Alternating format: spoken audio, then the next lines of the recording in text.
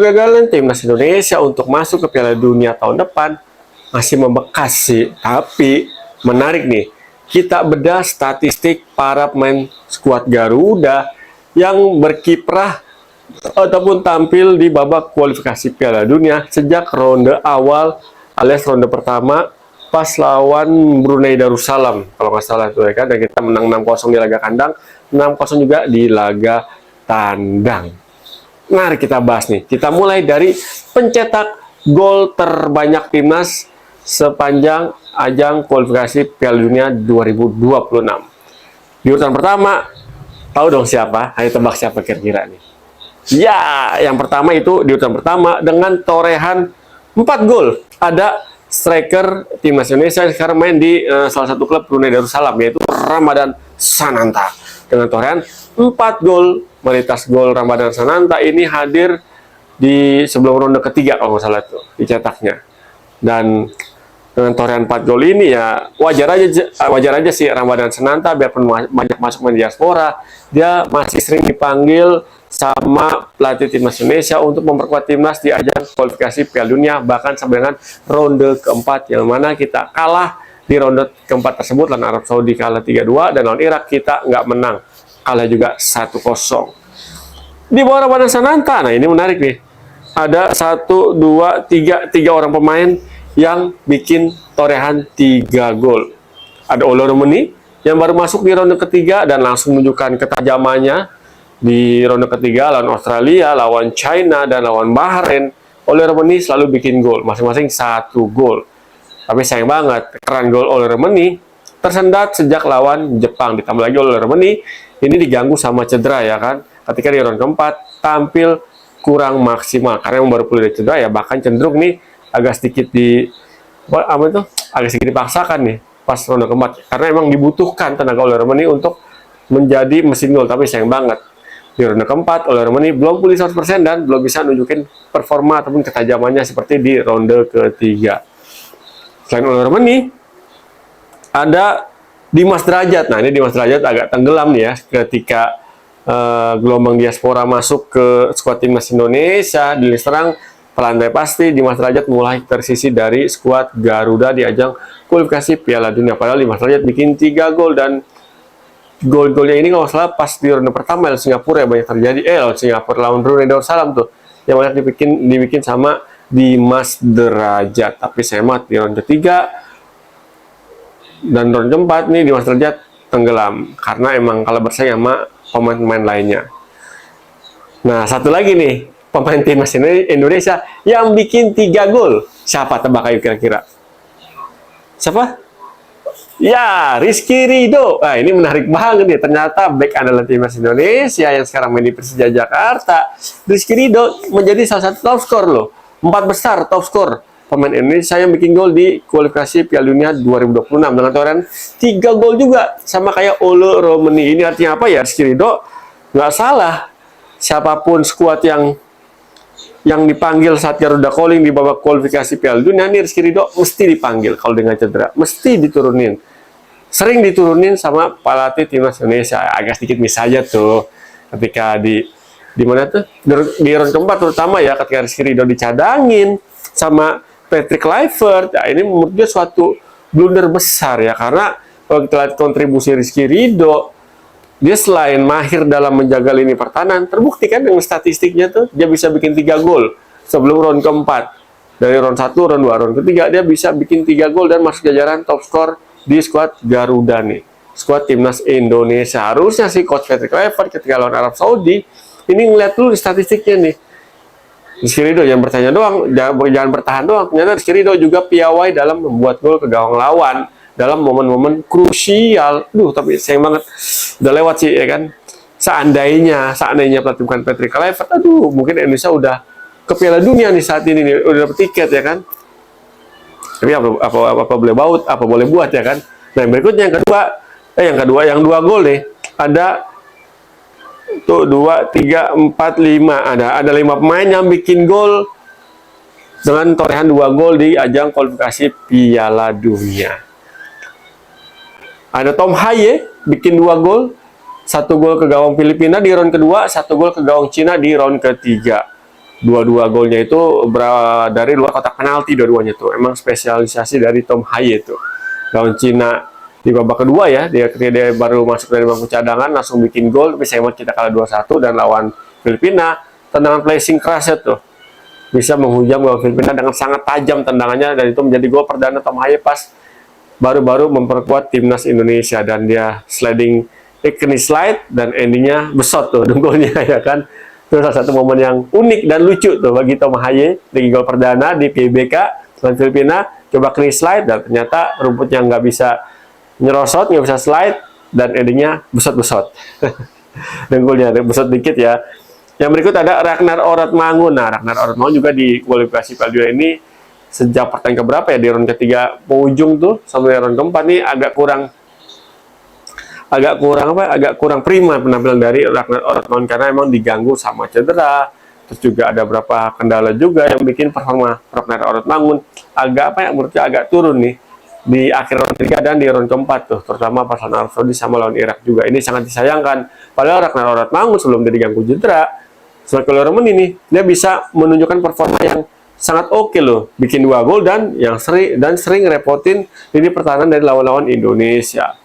Lawan Arab Saudi, lawan Australia, bahkan lawan Jepang yang di leg pertama di round ketiga itu Ragnar Oratmangun juga berkali-kali bisa merepotkan barisan pertahanan dari lawan-lawan Indonesia. Tapi ya itu dia, karena diganggu cedera ya udah, apa boleh buat kan?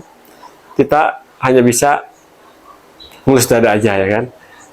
Kayak timnas Indonesia, beberapa pemain kuncinya lagi cedera performanya, dan endingnya kita ya gagal lolos ke Piala Dunia 2026 ya kan. Ya bukan salah main, emang situasinya begitu, takdirnya menjalannya begitu ya kan.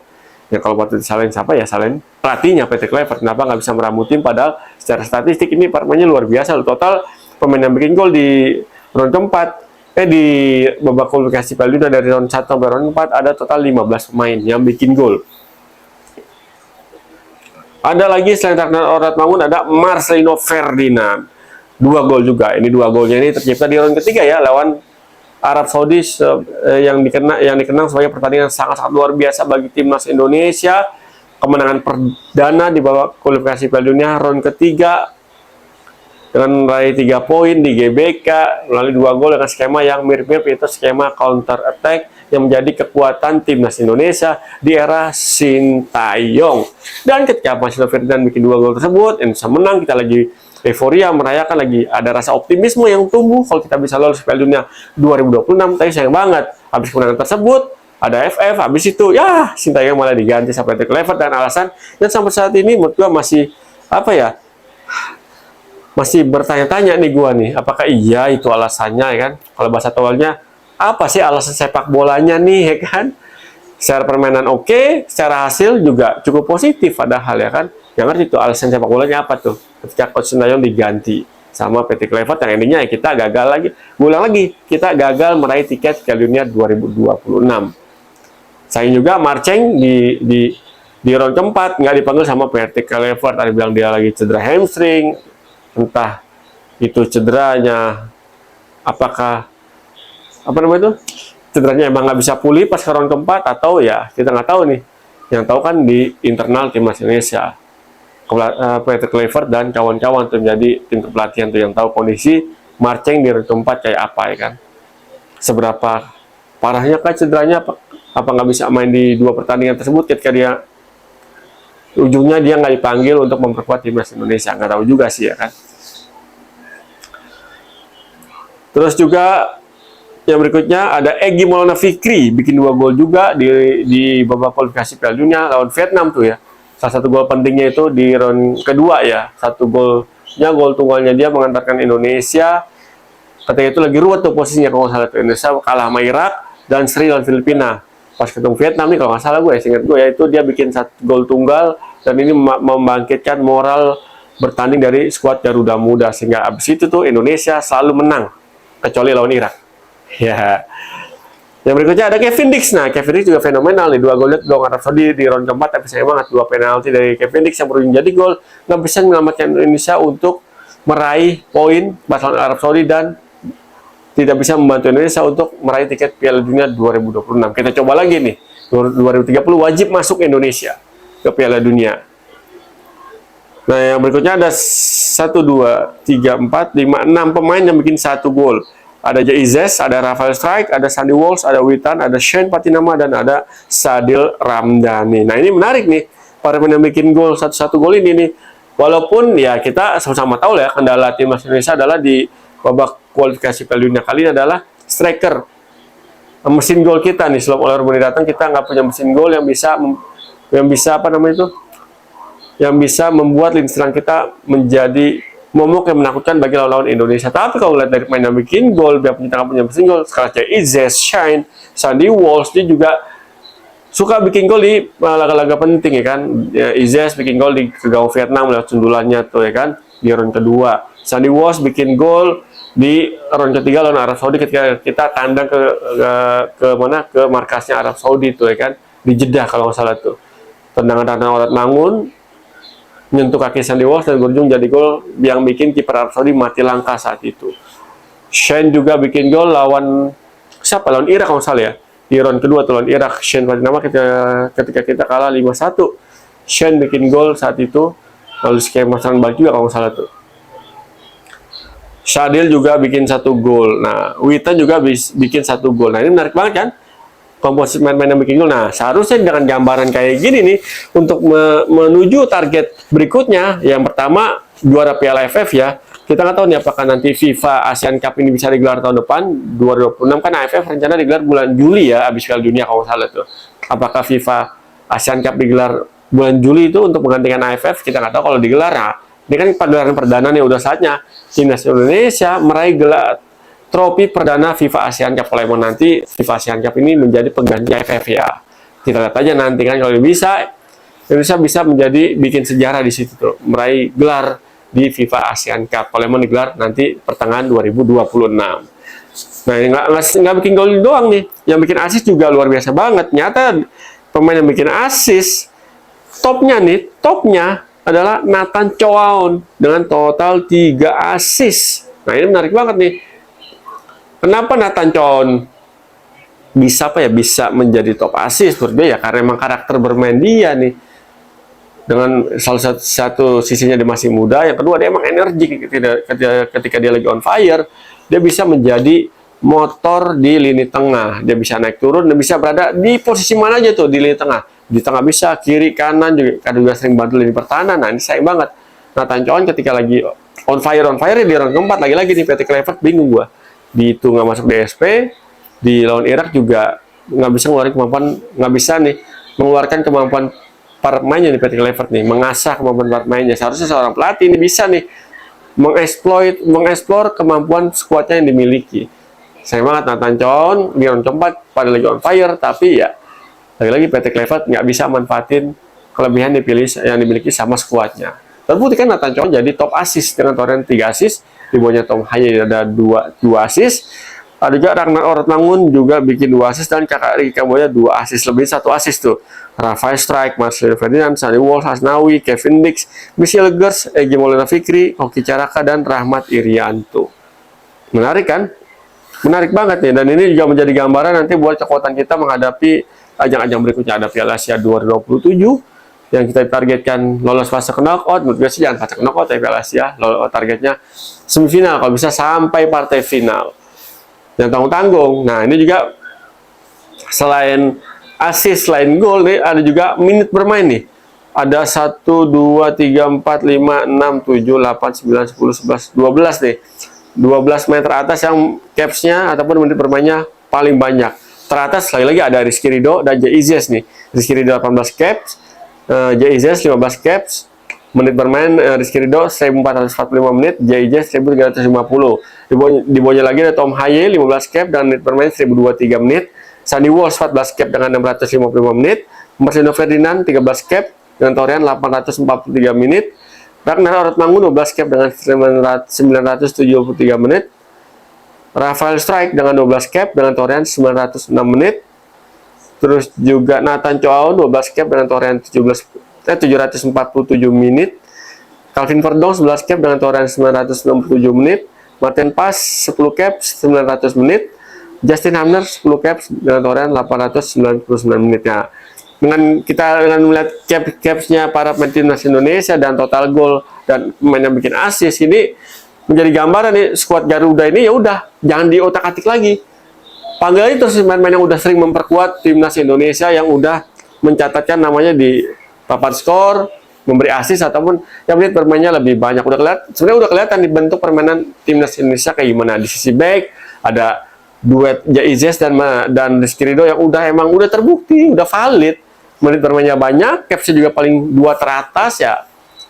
Kolaborasi kedua pemain ini benar-benar menjanjikan menjadi kekuatan benteng yang tangguh bagi skuad Indonesia untuk menghadapi turnamen ataupun ajang-ajang lainnya yang bakal diikutin Indonesia di waktu yang akan datang. Ya udah, nggak usah dirubah lagi, udah kelihatan kan dari menit bermain, dari capsnya, Rizky Ridho sama Jaizes ini udah sering main bareng di berbagai pertandingan. Pun begitu dengan Justin Hubner ya kan, juga udah sering juga tuh, udah 10 caps ya kan, sayang banget di era Patrick Kluivert. Hubner kehilangan banyak menit bermainnya nih ya kan, padahal di era Otsin, di era STY, Hubner, Ijes sama Ridho ini menjadi trio back yang sangat-sangat luar biasa banget, sangat-sangat kokoh ya kan, kayak tepok sakinah, janji kokoh, janji kokoh, janji kokoh, tuh janji kuat berarti ya kan. Mantep banget sebenarnya itu, tapi ya lagi-lagi kita sangat-sangat menyesalkan ya kan keputusan untuk mengganti STY dengan Patrick Kluivert yang berujung kita gagal ke Piala Dunia. Perdong juga begitu, juga mantep banget Perdong tuh kan. Capsnya sampai 11 caps, total menit bermainnya 967, hampir 1000 menit tuh ya kan.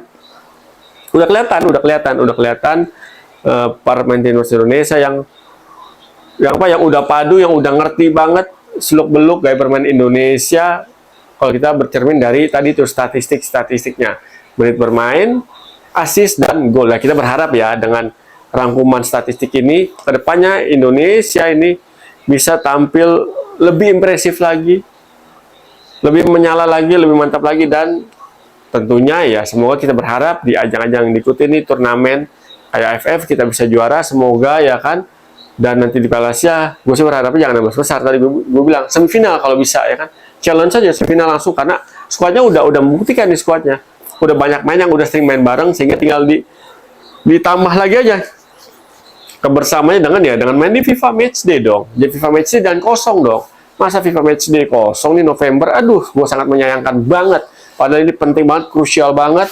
Karena apa ya? Karena ya ini salah satu wadah, salah satu ajang ya untuk mempertajam taktik, kebersamaan, chemistry para pemain. Tapi ya udahlah, itu udah keputusan dari federasi ya. Kita cuma bisa cuap-cuap dan kritik doang. Kalau masih begitu pengennya ya udah, kita tinggal berisikin aja lagi kan, kita kritik lagi aja lagi kalau nanti emang keputusan ini nggak apa namanya tuh kurang tepat ya kan. Kita lihat nanti ke depannya kayak gimana. Kita sih berharap semoga skuad timnas Indonesia nanti, siapapun pelatihnya yang dipilih nanti ya benar-benar pelatih yang ngerti banget dengan kondisi timnas Indonesia dan nggak banyak ngotak-ngatik fondasi permainan dari skuad Garuda yang di babak kualifikasi Piala Dunia, di Piala Asia ini udah dibentuk selama bertahun-tahun. Jangan dirombak lagi, jangan dirubah lagi. Karena kalau dirubah lagi, mau butuh waktu berapa lama lagi? Karena waktu terus berjalan itu. Kalau dirubah lagi, butuh waktu 2-3 tahun. Kita mau targetin Piala Asia, mau targetin Piala AFF, mau targetin lolos Piala Dunia. Menurut gue, waktunya nggak bakal cukup juga untuk mengotak-atik fondasi gaya bermain dari timnas Indonesia. Itu aja sih yang mau gue sharing di konten kali ini kan. Semoga ada manfaatnya. Dan thank you yang udah support channel YouTube gua dengan cara nontonin, like, subscribe, komen, dan share sehingga channel YouTube gua makin berkembang melalui konten Pundit Abangan. Jangan bosan-bosan ya untuk nontonin dan tongkrongin konten-konten terbaru dari Pundit Abangan. Saatnya gua pamit. Ketemu lagi bersama gue Irwansyah di konten-konten menarik lainnya. Salam bola-bola.